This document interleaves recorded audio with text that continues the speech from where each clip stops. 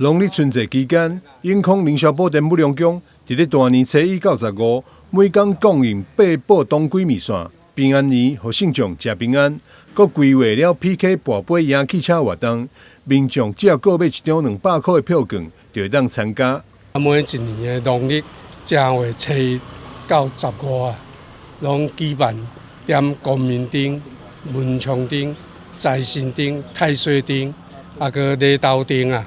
以及過七彩平安橋的活動，尤其今年啊，咱舉辦幾啊檔來啊，攏有舉辦這個托克達的車今年啊，信眾哪多，所以啊，咱廟方決定啊，一張券200塊，就有夠資格參加農曆的初一到農曆的13下午3點半，凡是3杯就進入準決賽。4點的時間，下午4點開始 PK。除了跋發財經汽車以外，為大年初一開始，只要來點燈並收據，嘛會當參加跋珍珠耳環的活動。有樂虎價值12000塊的是要8杯才有樂虎。這個標價8800塊的7杯，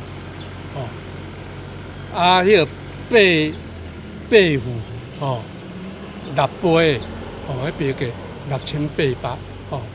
凡是有來咱廟方點燈的，摕到點燈的收據，就會當人跋當日跋遐杯數，就會當人得到。這珍珠耳墜。